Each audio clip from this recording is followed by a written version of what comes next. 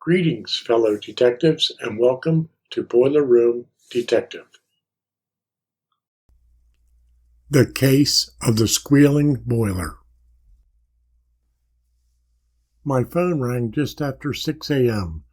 Recognizing the number was a customer at a Catholic church, I answered.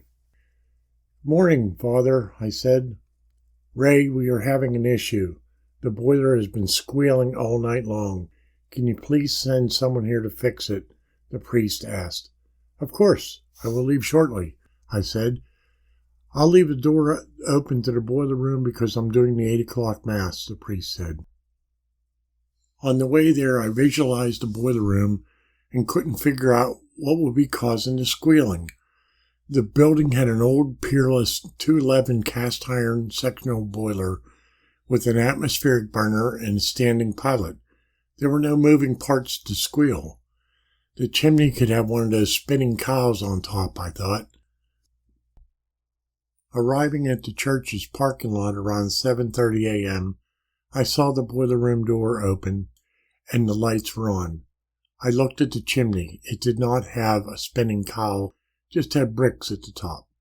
Taking my tool bag, I walked inside and heard the squealing Father described. It sounded like a loose belt. Just as I got close, the noise stopped.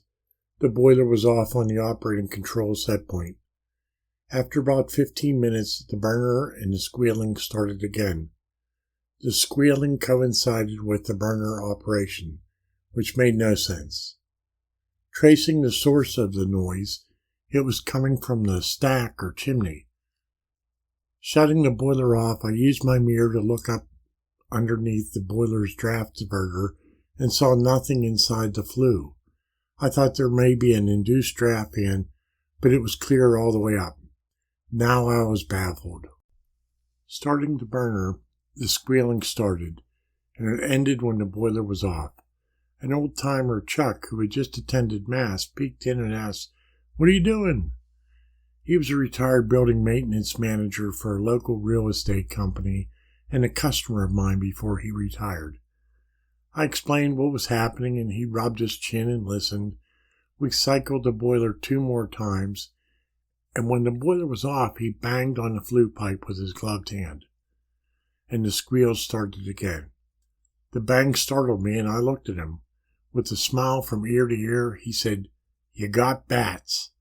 "Bats?" I asked, and he nodded. "How do you know?" I asked. "Had the same thing happen to me once," he said. "When the priest arrived in the boiler room, asking if we had made progress, we explained the problem.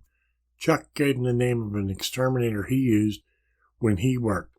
I thank Chuck for teaching me a lesson I would have never learned in school." If you would like to contact me, my contact information is here. In addition, I have my 2 websites. The Brewing with Steam site has monthly blog posts on steam systems for breweries and distilleries. I have written 11 books on boilers, and they are available on Amazon. In addition, you could find some of my writings in these fine publications. Thanks for stopping by Boiler Room Detective, and I hope to see you on the next case.